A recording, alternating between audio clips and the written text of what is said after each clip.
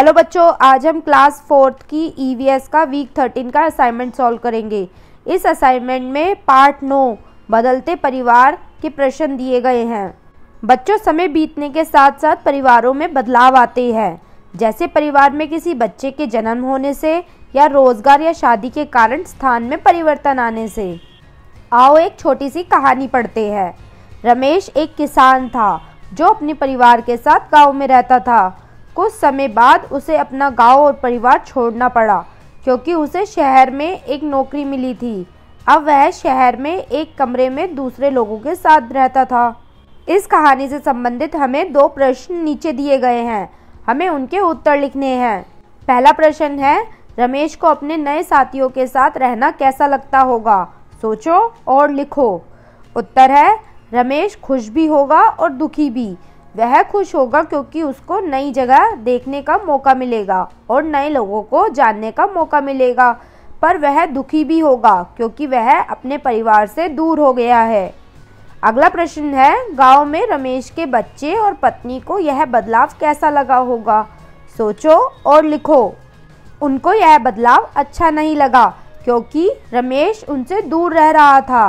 रमेश की पत्नी अब अपने बच्चों की देखभाल अकेले करेगी। सभी लोगों को उसकी बहुत याद आएगी।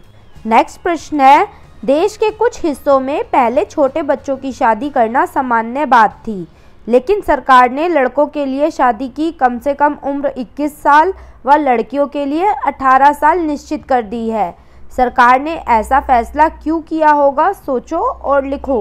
उत्तर है, बाल विवाह के कारण दुष्परिणाम ही होते हैं, जिनमें सबसे घातक शिशु व माता की मृत्यु दर में वृद्धि है।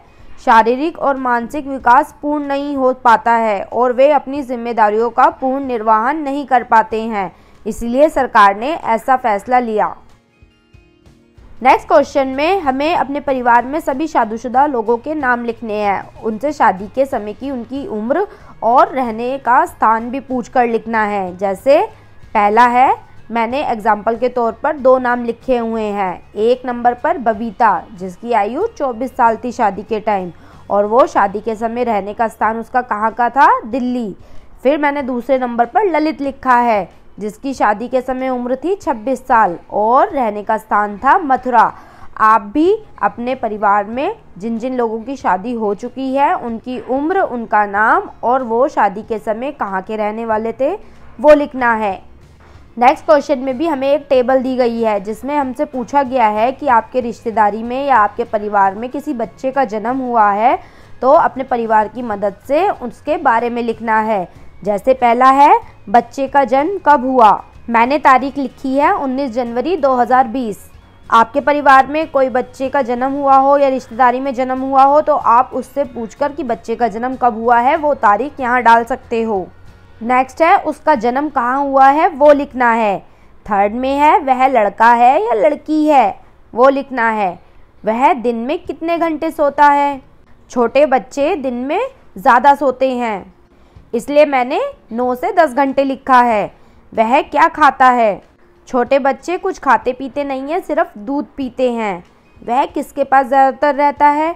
जो छोटे बच्चे होते हैं वो ज़्यादातर समय अपनी मम्मी के साथ रहते हैं।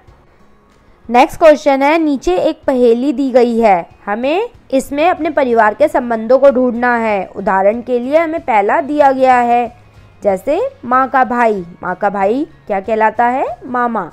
मामा देखो पजल में मैंने माँ आका डंडे पे गोला लगाया हुआ है, ये बनेगा मामा। नेक्स्ट है, चाचा की पत्नी। चाचा की पत्नी को क्या कहते हैं? चाची। देखो मैंने पजल में सर्कल लगा रखा है रेड कलर से, चाची।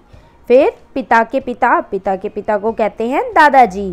फिर बुआ का पति कहलाता है फूफा, मैंने सर्कल कर रखे हैं, आप इस चीज़ को ध्यान से देखना। पति का भाई कहलाता है देवर, सबसे नीचे जो सर्कल है उसमें देवर लिखा हुआ है। नेक्स्ट क्वेश्चन में नीचे दिए गए स्थान में अपने परिवार का चित्र बनाना है और उनसे अपने रिश्ते को भी लिखना है। मैंने अपने परिवार का चित्र बना रखा है और उनसे मेरा क्या संबंध है वो भी लिखा है, जैसे दादा दादी, भाई, ये मैं हूँ, मम्मी पापा। आप भी अपनी फैमिली का ऐसा ही चित्र बनाइए और उनसे अपने रिलेशन को यहाँ पर लिखिए। तो बच्चों ये था हमारा वीक 13 का EVS का क्लास 4 का असाइनमेंट। आप हमारे चैनल को सब्सक्राइब ज़रूर करिए ताकि आपको आगे भी ऐसी ही वीडियोस मिलती रहें।